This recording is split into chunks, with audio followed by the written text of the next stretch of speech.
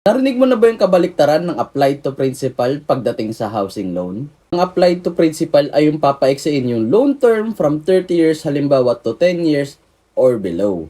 Marami na akong viral videos na nagawa tungkol dyan, mapapag-ibig man yan or sa bangko. Ngayon, i-discuss natin yung kabaliktaran. Papahabain natin yung loan term.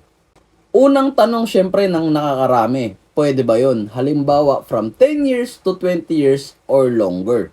Yes, pwede po yun. Syempre, tulad ng lahat, subject for approval. I-discuss natin bakit may mga taong gustong pahabain yung loan term nila.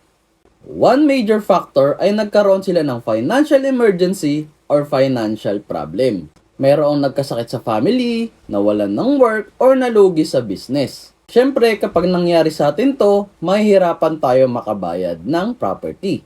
Dito pumapasok yung palaging ina-advise ko sa mga clients ko at sa inyo na din na mas mabuting piliin ang longer loan term kasi mas control mo ang pera at hindi ka ma-pressure sa payment. Halimbawa, ang monthly amortization mo ay nasa 30,000 monthly. Kung hindi ka makakabayad ng 3 months, for example, that's already 90,000 pesos. Pero kung pinili mo longer loan term, ang monthly amortization mo, for example, ay 10k lang. Kung 3 months ka hindi makabayad, that's 30,000 pesos only. Ang laki ng difference, diba? Hindi ko sinasabi na pwede tayo madali magbayad ha. Ang sinasabi ko lang, worst case scenario na kung madedali ka ng payment ay yung maliit na payment ang mas madaling mabayaran kaysa sa malaki. Follow me for more real estate tips.